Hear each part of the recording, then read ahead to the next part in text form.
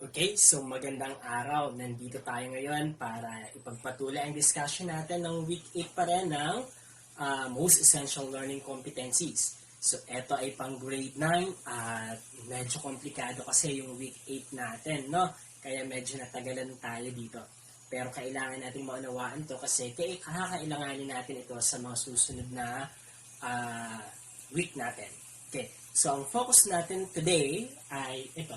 So, properties of the graph of a quadratic function. So, mapapansin nyo, ito ay live tutorial ko na din, pero ito ay gagawa natin ng YouTube video lesson. Okay, so ito. So, pag sinabi natin properties of the graph of a quadratic function, so kailangan maunawaan natin. So, pag tinignan natin ang given quadratic functions, dapat agad natin na malaman kung anong opening ng ating parabola. So, ito ba ay opening upward or downward? So, yan naman ay nakabatay lang sa kanyang value of A. So, ang value of A natin ay ito yung numerical coefficient na katabi ng ating quadratic term.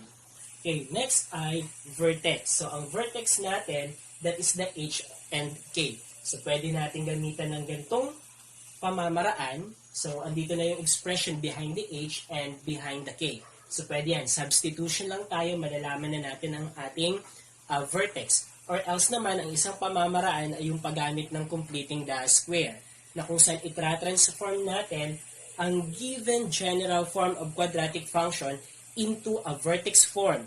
Kaya nga siya vertex form kasi nandun makikita natin yung vertex or mawiwitness natin yung vertex or standard form. Ayan. And then, pag ito nakuha natin, agad-agad makukuha natin ang axis of symmetry.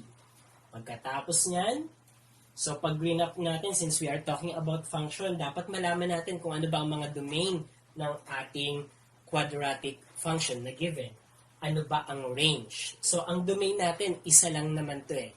Walang pagkakamali dito kung masusundan nyo ang ang clue natin sa domain. So walang ibang sagot dyan. Nag-iisa lang din naman. Sa range ay, eto nakadepende kung ang graph ba ay, or ang given function ba ay may minimum value or maximum value. So, didepende siya doon. And then, eto additional na lang, dinagdag ko na kasi very important din to in graphing of a quadratic function. So, kailangan na matutunan din natin ang pagkuha ng x-intercept at y-intercept sapagkat yan ang tutulong sa atin para mag-graph natin ang isang quadratic function.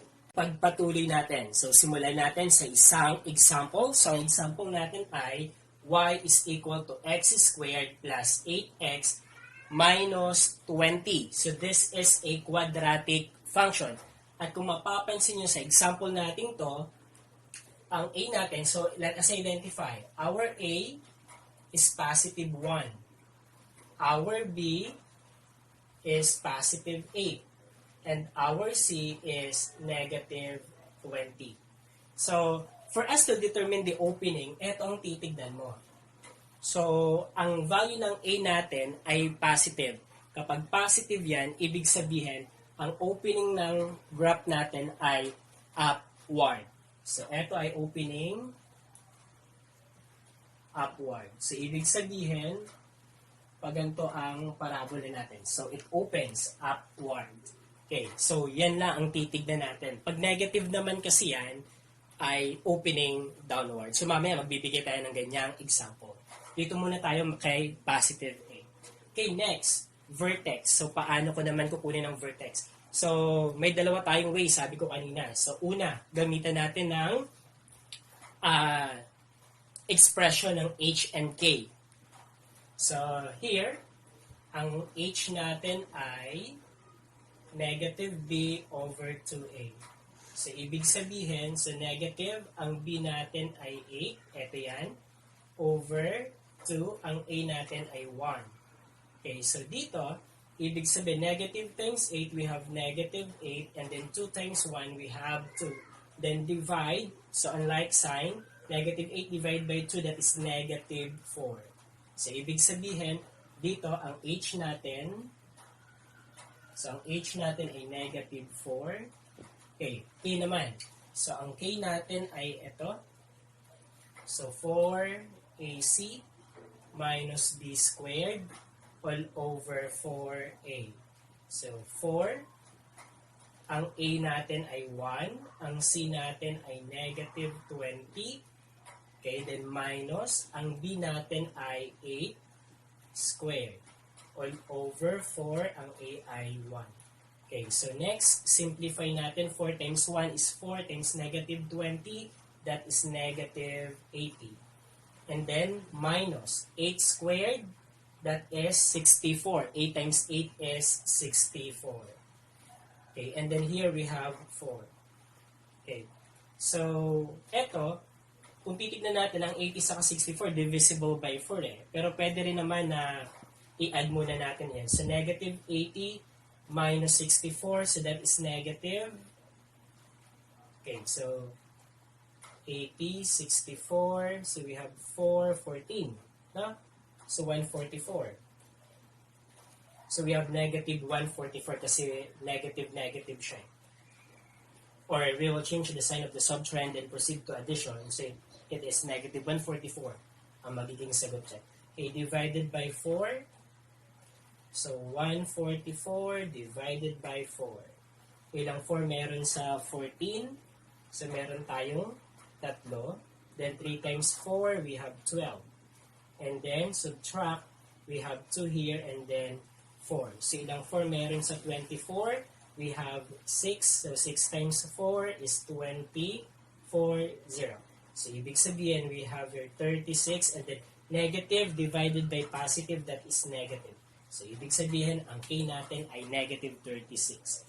So negative 36. So yan ang vertex natin. Okay, ipapakita ko sa inyo yung isa pang pamamaraan ng pagkuha ng ating vertex. Okay. So eto, buburahin ko na to kasi kailangan natin ng area. Okay, nasulat na din naman natin. Ano? So at least may isa tayo ng pamamaraan na naituro kung paano makuha ang vertex natin. Okay, so etong pangalawang pamamaraan na ituturo ko, ito ay kahit hindi mo sa ulado ang expression behind H and K, makukuha mo ang vertex. Kasi, di ba, minsan pag fina-familiarize natin, pag hindi naman natin laging ginagamit, nawawala na sa isip natin, no? Pero kapag, in case na nakalimutan natin yung formula behind the H, formula behind the K, so pwede natin gamitin ang second method natin. So, ito ay gagamitan ng completing the square. Hindi naman siya bago na sa atin kasi tinuro na siya sa mga nauna pa nating linggo. Okay, so using completing the square tayo, the second way of determining the vertex. Okay, so para maging completing the square siya, ito tayo, so we have y. Okay, so ito lang ang kukunin natin. So we have x squared plus 8x minus 20. And then, equate natin to sa 0. This is my way, So sa ibang book ay hindi naman ganito. Pero related to this. Okay, so eto, kinuha ko etong nasa right side of the function and then in-equate ko siya kay 0, ginawa kong equation. Next, etong constant term kailangan natin ilipat sa kabila para ma-isolate natin etong may x natin. So we have x squared plus 8x and then is equal to magiging positive 20. From negative 20, transpose tayo kaya positive 20 tayo. Okay, next, kailangan nating mailabas ang value ng A natin. Ang A natin ay 1. Ano po? So, pag nilabas natin ang 1, ang matitira sa loob ay, so, 1 divided by 1, may 1 pa rin. So, we have x squared dito. 8 divided by 1 is 8 pa din. So, we have 8x pa rin ang nandito natin. So, is equal to 20. Okay, next, etong binomial na nasa parenthesis natin ay gagawin nating perfect square trinomial. So, magiging siyang 1 times x squared plus 8x plus blank is equal to 20 plus 1 times blank. Kung anong idadagdag natin, yun din yung ilalagay natin doon. Bakit may 1 tayo ditong multiplier? Kasi meron din tayong multiplier dito. So, nilagay ko lang siya kasi sa ibang problem, dapat ganito ang mangyari. Ngayon, etong 1 na to, pwede na nating alisin Pero, ganito yung proseso. Kaya dapat kapag iba yung given problem, ganito pa rin ang ma-apply natin. So, ito yung value ng A natin. Okay, so what is the third term dito sa natin para maging perfect square trinomial? So, 8 divided by 2, we have 4. So, 4 squared is 16. So, 16 to, and then dito ay 16 din. So, eto, nakuha sa pamamagitan ng, so, B divided by 2 squared. So, ang B natin ay etong 8 na to. Okay, after that, gagawin natin itong square of binomial. So, madali lang ang square of binomial niya. So, principal root nito ay x, and then, sign ng middle term natin plus principal root ng square root ng 16 ay 4. And then, square. So, square of binomial. So, naging binomial siya at nagkaroon ng square. Ito, ang value nito ay same lang sa perfect square trinomial na pinanggalingan niya. Then, simplify natin to. This is 20 plus 16, that is 36. Okay?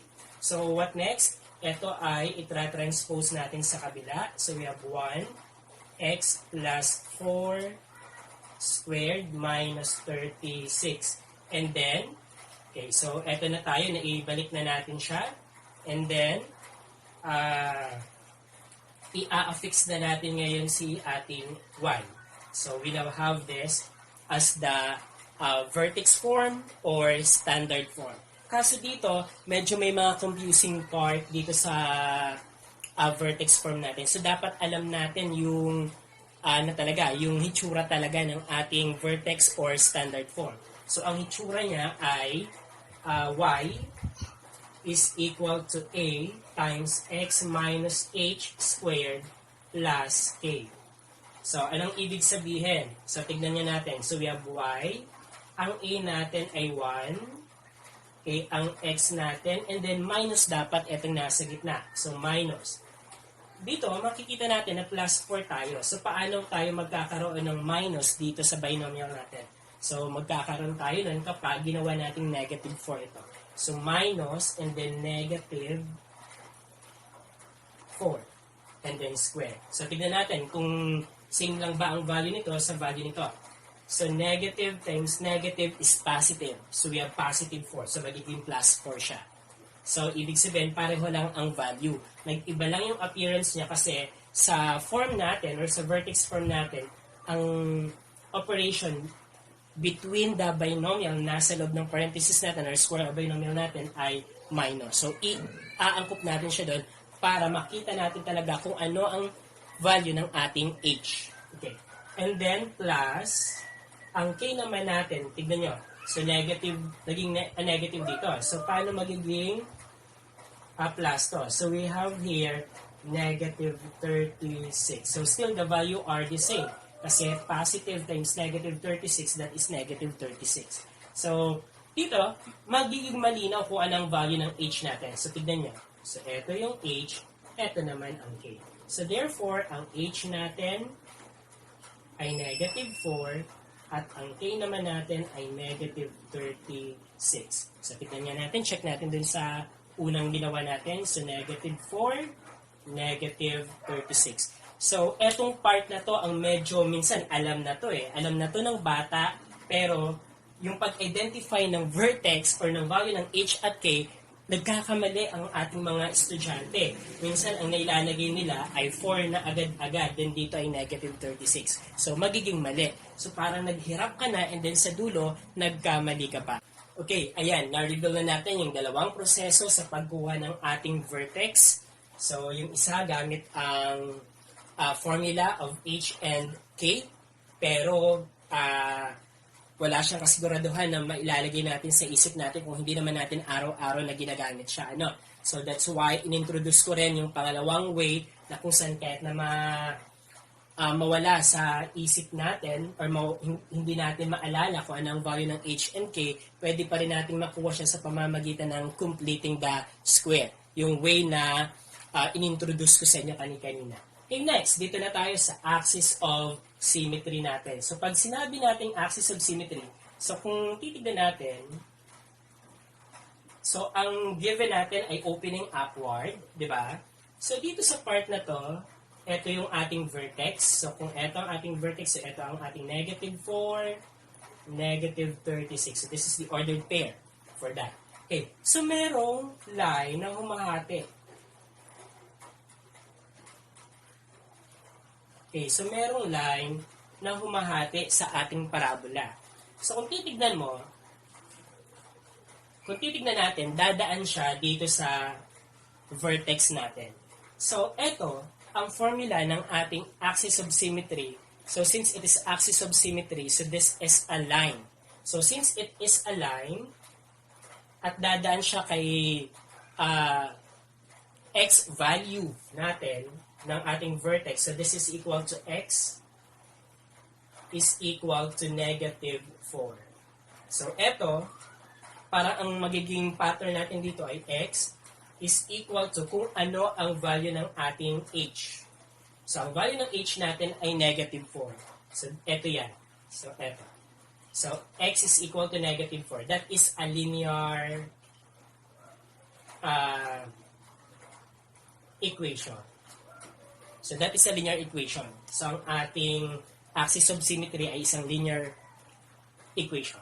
So, here, we have x is equal to negative 4. So, that is the answer. So, ang pattern natin ay x is equal to h. So, ang h natin ay negative 4, kaya papalitan lang yun. So, magkakaroon na tayo ng axis of symmetry natin. Okay, next, domain. So, pag sinabi nating domain, ito yung mga pwedeng maging value ng ating x. So, titignan natin, ang Cartesian plane natin, let's say, ito ang Cartesian plane natin, no? So, ito, sabihin natin, ito ang ating Cartesian plane. So, ito ang ating x-axis. So, ito ang ating x-axis. So, ito. So, ito, may mga number yan. Diba? May mga number yan. So, ito yung mga positive number. Ito naman yung mga negative numbers. Ayan. So, ang titignan natin, ang graph natin ay it opens upward, no? Since may arrowhead tayo, ibig sabihin, dire-diretso yan. And then, habang tumataas yan, bumubuka din yan. So, kung bumubuka yan, ibig sabihin, yung mga value ng x natin ay pwedeng maging value niya. Lahat ng nasa x-axis natin na numbers, na real numbers, ay magiging value or pwedeng maging value ng ating x. So, since lahat ay pwedeng maging value, ang domain natin ay, so set of all real numbers. Okay, so yan lang. Walang ibang magiging sagot sa domain natin kapag pinag-usapan ng quadratic function. So, set of all real numbers. So, lahat ng numbers ay pwede nating i-set kay x and then makakompute natin yung value ng y natin. So, lahat yun ay may corresponding value ng y. Maiisip nating real number kay x natin or kay domain natin. Okay, so the answer is set of all real numbers. Hindi magbabago yan. Okay, next. Kay range naman tayo. Okay, kay range natin, ito yung possible value ng ating y. Mga posibleng maging value ng ating y. Okay? So, kung titignan natin, so, kung ito naman ang ating, kung etong x-axis natin, ito naman ang y-axis natin. So, ito, let's say, ito ang y-axis natin. Na? So, ito ang y-axis natin. Kung titignan natin, hanggang dito lang ang value ng y. Itong part na to ay hindi naging value ng y. Itong mga value ng y dito na nasa ating y-axis ay hindi pwedeng maging value ng ating function. No? So, alin lang ang pwedeng maging value ng y natin? So, ito lang. Itong part lang na to. So, yung mga numbers above and equal to negative 36. So, negative 36, yan naman yung value ng y di ba? Kaya, yan lang. So, yung mga above and equal to negative 36, yun lamang ang pwedeng maging range natin or value ng ating y. Hindi pwede yung mga below negative 36 kasi mapapansin mo, wala na dyan ang ating graph.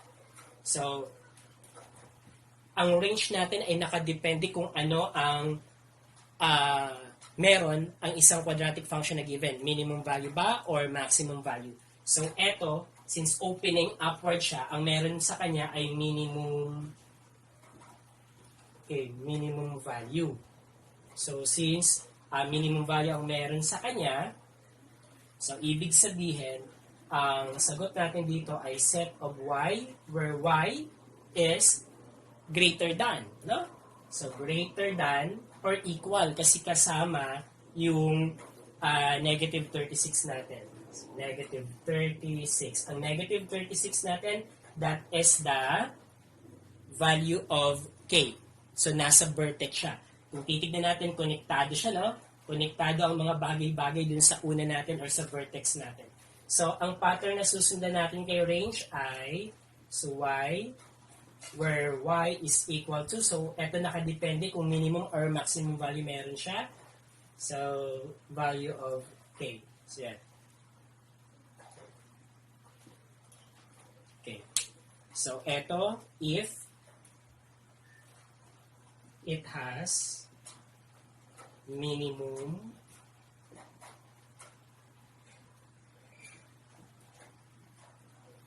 value. Okay? So, dito naman tayo sa ating dinagdag x-intercept and y-intercept and then punuin natin itong table of values natin for that given quadratic function. So, importante sa table of values natin yung vertex. So, we have negative 4 ang x, ang y naman ay negative 36. Ayan. So, ngayon, let us determine the y-intercept muna tayo. So, y-intercept, we will let x is equal to 0 for us to compute for the value of 1. Okay? So, paano siya kukunin? So, from the original, so pwede namang gamitin to, pero parang mas madali kasi na gamitin natin si vertex form. Kaya, maganda na kapag nakuha natin yung vertex, mailagay na natin into vertex form ang ating given function. Okay? So, malaki ang tulong nun. Okay, so dito, ang kukunin natin ngayon ay ang y-intercept. So, y-intercept. Okay, so dito, we will let x is equal to 0 para mahanap natin ang y-intercept natin. Okay, so if we will let x is equal to 0, so galing dito, we will have y is equal to, ang x daw ay we will let it 0. So, gagawin ng 0 ang ating x. Okay, so plus 4 squared minus 36. And then, y is equal to 0 plus 4 is 4 squared minus 36. And then, y is equal to 4 squared, 4 times 4, 16 minus 36. Then, simplify 16 minus 36, that is negative 20. So, ibig sabihin, ito ang ating y-intercept. At itong y-intercept na to, malaki ang tulong nito. So, ibig sabihin, ito yung part kung saan ang graph natin ay mag-cross doon sa y-axis natin. Okay. So, ito ay negative 20. So, ang ordered pair nito ay 0, negative 20. So, 0, negative 20. Sir, bakit 0? Kasi we let x is equal to 0. Take note that 0 is a real number at sabi natin kay domain, lahat ng real number ay pwedeng maging value ng ating x. Okay. Next, kay x-intercept naman tayo.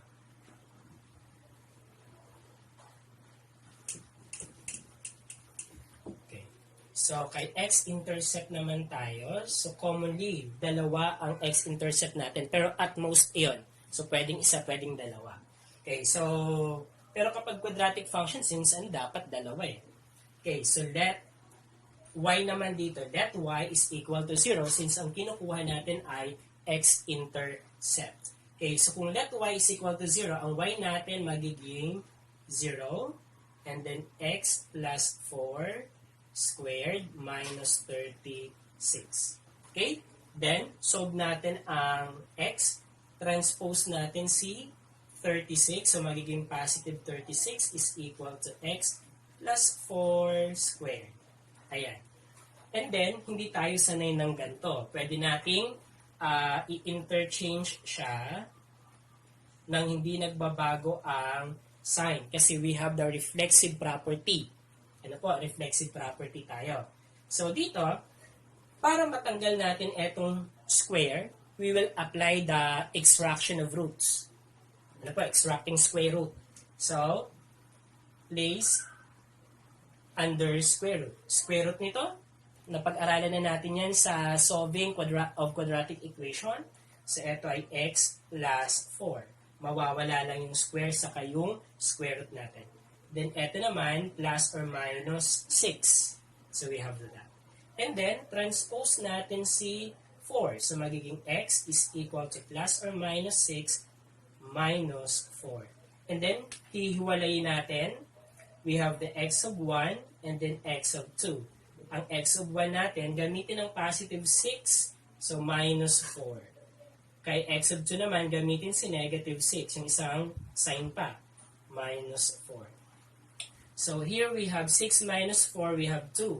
Then here we have negative 6 minus 4, that is negative 10. So dito, take note, kailangan magaling tayo kay basic math na itinuro na sa grade 7 natin. At kung medyo nako-confuse tayo sa mga basic math natin, maaari niyong panoorin ang video lesson ko na ginagawa para sa ating mga grade 7. So yun ay para mabalikan natin yun at maihanda ulit ang ating isipan sa taong to at the same time sa mga susunod na taon. Magandang matutunan yan para maging professional tayo. Okay? Ilalagay na natin doon sa ating table of values. So kapag ang x ay 0, we have positive 2. Kapag x ay 0, we can also have negative 10.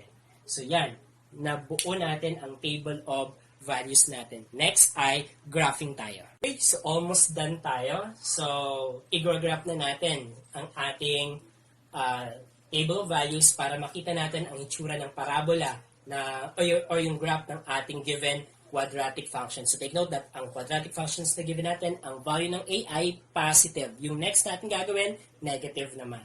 Okay? So, dito, kailangan natin i-consider. So, sa x natin, we have negative 10 na kailangan natin i-consider, no? So, ibig sabihin,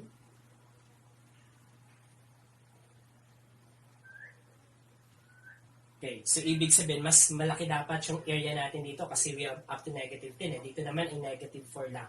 Kay y naman, kailangan natin i-consider ang negative 36. So, nandito siya sa below. So, ibig sabihin, ang pwede natin gawin ay etong Cartesian plane na to. Okay. So, mas mahaba dito kasi negative 36. So, dapat na ipakita natin yung negative 36. Okay? So, ilagay natin yung mga important points natin. Kay x-axis muna tayo. So, we have 0. Ito ang 0 natin. We have positive 2. So, 1, 2. So, this is our 2. And then we have, okay, so we have 2. Yan. Okay, next naman, we have negative 4. So, 1, 2, 3, 4. So, this is our negative 4. And then negative 10. 5, 6, 7, 8, 9, 10. So, this is our negative 10. Next, kay y-axis naman, ang mga importanteng number kay y-axis ay, okay, we have 0 na, negative 20. So, let's say that this is our negative 10. So, let's say that this is our negative 10. So, this is our negative 20. Okay? This is our negative 30.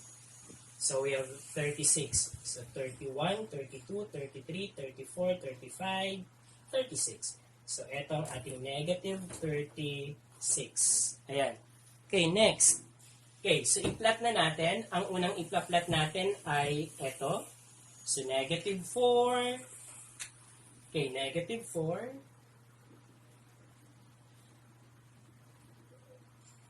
Negative 36. So, itong point na to ang ating negative 4, negative 36. Okay, next, we have 0, negative 20. So, ang x ay 0, ang y ay negative 20. So, ito yan. So, ito ang ating 0, negative 20. So, negative 20 is our y-intercept. So, kung titignan natin, dyan magkro-cross ang parabola. Dyan sa part ng y-axis na yan. Okay, next we have 2, 0. So, ang x ay 2 at ang y naman ay 0. So, ibig sabihin, ito yung point na yan. So, this is ang x ay 2, ang y ay 0. Okay, next we have negative 10, 0. So, ito naman yung point na yan. So, ang x ay negative 10, ang y ay 0. So, ang y ay 0, ang x ay 10. And then, connect na natin yung mga na-plot nating points. So, ito, connect to that. Okay, connect to that. And nalagyan natin ng arrow kasi, ibig sabihin, tuloy-tuloy. Yun. So, dito naman, kung ito ang vertex, ito na yung minimum point ng ating graph. So, hindi na siya bababa pa. So, ito ay paakyat na. Okay. And then, arrowhead din. So, ito na ang graph ng ating given quadratic function. So, sana ay natutunan ninyo. So, yung next example natin ay negative numbers naman. Negative value of a naman. So, pangalawang example tayo. So, sa example na to ay negative naman ang value ng ating a. So, tignan natin kung ano ang pagkakaiba nito dun sa unang example natin. No? So, dito, let us say, the example that I will discuss is y is equal to negative x squared minus 8x plus 20. So, this is our given quadratic function. Okay, so dito, ang a natin ay negative 1. So, negative. Ang b natin ay negative 8 at ang c natin ay positive 20. Okay? What is the opening of the graph? So, ang opening, since ang a ay negative 1, ibig sabihin, it opens downward. So, ibig sabihin, ang buka ng parabola natin ay pababa. So, opening downward. So, ito ay downward. Okay, so yan. Okay, next, vertex. So, since alam niyo naman na kung paano i-gagawin yung value ng h and k, no? So, ipapakita ko sa inyo ay yung completing the square. So, paano gagawin yon? So, una, I will set negative x squared minus 8x plus 20. So, yun yung kinuha ko, yung right side ng ating function, in-equate ko siya kay 0. Next, yung constant term, itra-transpose sa kabila. So, negative x squared minus 8x is equal to negative 20. So, transform ko na. Next na gagawin, i-factor out natin ang ating value ng a. So, ang value ng a natin ay negative 1. Ayun.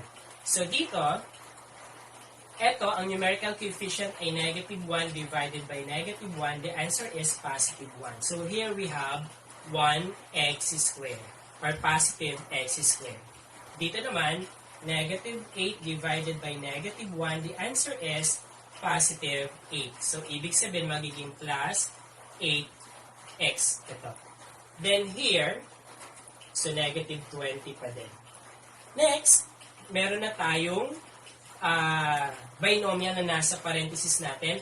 We will make this a perfect square trinomial. So, negative 1, copy.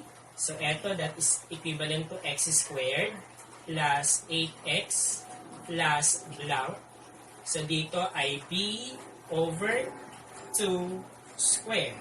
Ang b natin ay 8 divide by 2 squared. So, we have 4 squared, 16. So, ibig sabihin, plus 16 tayo. So, dito naman, negative 20 plus, take note, we have negative 1 na multiplier dito sa ating left side. Apektado niyan, etong 16. Kasi the value of this is negative 1 times 16. So, here we have negative 1 times, anong inad natin? 16. So, we have that. Okay. Then here, gagawin natin square of binomial ito. So, ito, kopya lang. So, negative 1, square of binomial. square root nito ay x, sign ng middle ay plus, principal square root ng 16 ay 4. So we have this na, square of binomial.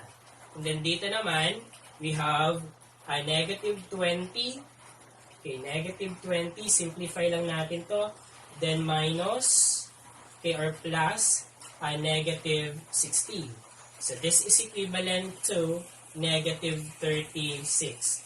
Okay, next, ito, transpose natin sa kabila. So we have negative 1 times the quantity of x plus 4 squared.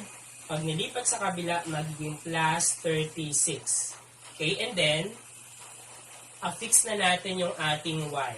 So, eto na ang ating vertex form. So, vertex form or standard form. Okay, pero dito, sabi ko, malilito pa rin tayo kasi ang form natin dapat ay y is equal to a x minus h squared plus k. So dito, medyo may problem tayo. No? So ang gagawin natin, so y is equal to negative 1, x minus, so magiging itong negative 4. Para hindi tayo ma-confuse. And then eto naman, 36. So malinaw dito na ang h natin ay negative 4 at ang k natin ay positive 36. Ayan. So, lalagay na natin dito. So, ang vertex natin ay negative 4. And then, positive 36 naman ang ating k. So, negative 4, 36. Okay? So, next, kay axis of symmetry tayo.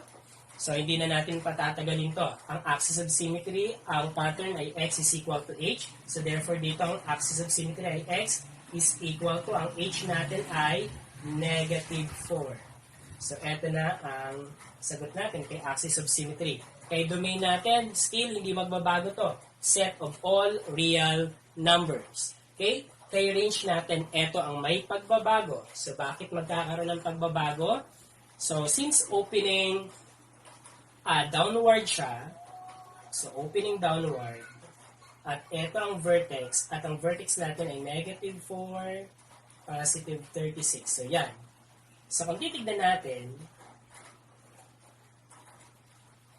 so, hanggang dito lang dapat ang y natin. Ano mga possible na maging value ng y natin? So, eto.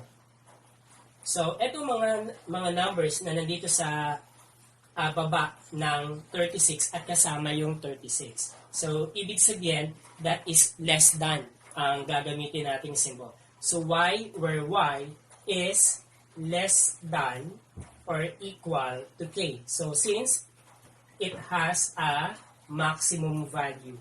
So, maximum value kasi ang meron ang ating given quadratic function. So, maximum value yan. Diba? Yan yung hangganan eh. Pinakamataas na yan. Pinakatuktok na yan. Okay. So, therefore here, we have y where y is equal to, so our set of numbers where y is equal to, where y is less than or equal to our value of k, 36. So, yan ang pwedeng maging value ng ating range. Okay? So, next na, dito na tayo kay x and intercept, y-intercept, and then yung table of values natin. Okay, lagay muna natin yung vertex natin kay table of values natin. We have negative 4, positive 36. Okay, ngayon ay kay y-intercept tayo. So, to find the y-intercept, we will let x is equal to 0. So, let x is equal to 0 para mahanap natin ang corresponding value of y niya. Okay? We will use the vertex form kasi mas madali ito compared doon sa general form. Okay, so we have y is equal to negative 1. Ang x natin daw ay 0. So, plus 4 squared plus 36.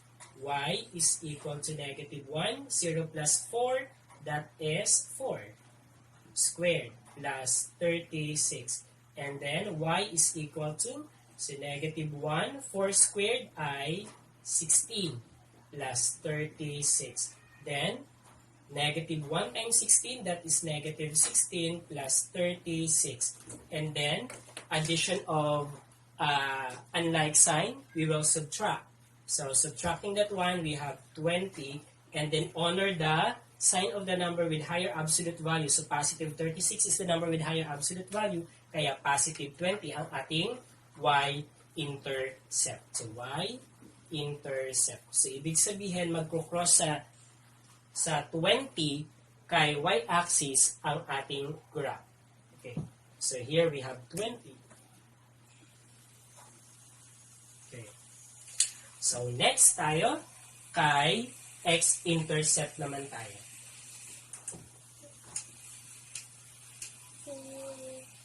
Okay, kay x-intercept, we will let y is equal to 0 for us to find the value of our x. And then dito, commonly, ang value ng x natin ay 2. So commonly, or it is at most 2. Okay, so dito, we will let y is equal to 0. So eto, ginawa nating 0. Then negative 1. And then x plus 4 squared plus 36. Okay, next to this, okay, transpose natin sa kabila. So negative 1 magiging positive.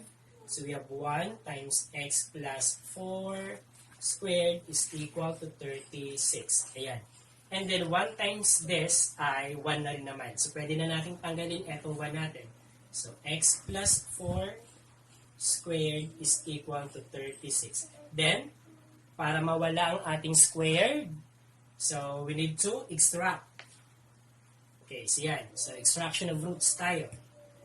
So, simplify this one. This is equivalent to x plus 4. Ito naman, we have plus or minus 6. Then, transpose natin si negative 4. So, x is equal to plus or minus 6. Yung positive 4 na nandito sa left, pag nilagay kay right, ay magiging minus 4. Okay, then, magiging dalawa yung value ng x natin. So, positive 6 minus 4. Saka yung isa naman ay negative 6 minus 4. Okay. And then, simplify.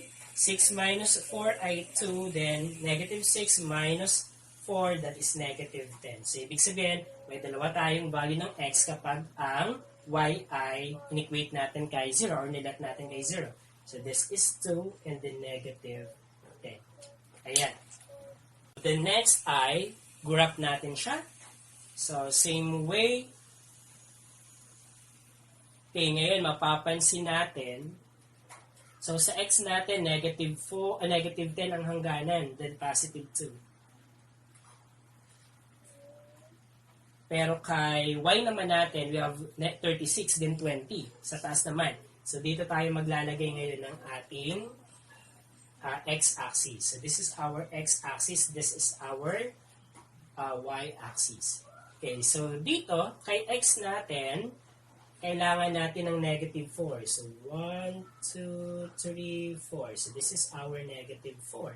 We have 0. Ito ang 0 natin. The origin, we have positive 2. So, 1, 2. Ayan. Then, we have negative 10. So, 4, 5, 6, 7, 8, 9, 10. Negative 10. Okay. Kay y naman, we have 36. So, by 10 tayo. So, 10, positive 10, positive 20, positive 30, 31, 32, 33, 34, 35, 36. So, let's say this is the positive 36. Ayan. Okay, so, here, pwede na nating i-plot. So, ang first ordered pair natin ay negative 4, 36. So, negative 4, and then positive 36.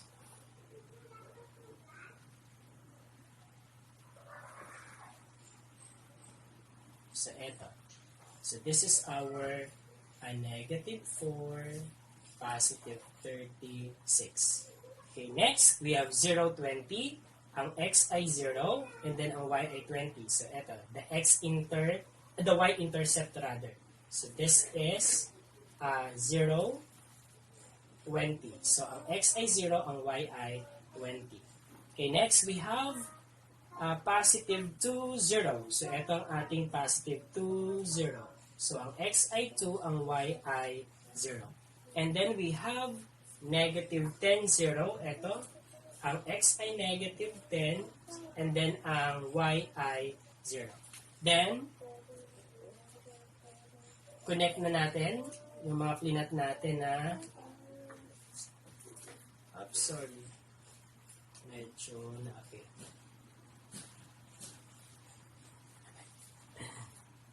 Okay, dahil. Ayan. Okay, so, eto na ngayon ang graph ng ating quadratic function na given. So, negative yung a niya, kaya it opens downward. Ano po? Eto yung vertex. At ito ang axis of symmetry. So, ito makikita natin, ito ang axis of symmetry. Dadaan siya dito kay negative 4. Kaya, ang equation ng axis of symmetry ay x is equal to negative 4. So, axis of symmetry. Ayan. Ano pa ba? Okay. Ang range natin, ang hangganan lang ay ito. So, ibig sabihin, y, where y is less than or equal to 36. So, ibig sabihin, mas mababa kay 36 or equal kay 36 lamang. So, etong mga part na to, etong mga y na to, ay mga mababa yan kay 36 or equal kay 36. Hindi na pwedeng lumagpas pa or maging above pa kay 36 ang value ng y natin. Yun yung range natin. Kay domain naman natin, so, since ito ay opening downward, pabuka ng pabuka. Habang bumababa yung parabola na yun, ay pabuka ng pabuka yun. So, ibig sabihin yung mga values of x natin, lahat ng real numbers na number ay pwedeng maging value ng ating x. At walang hinto yun. Hindi mag-stop yun kasi may arrowhead tayo. No? It is to an infinity.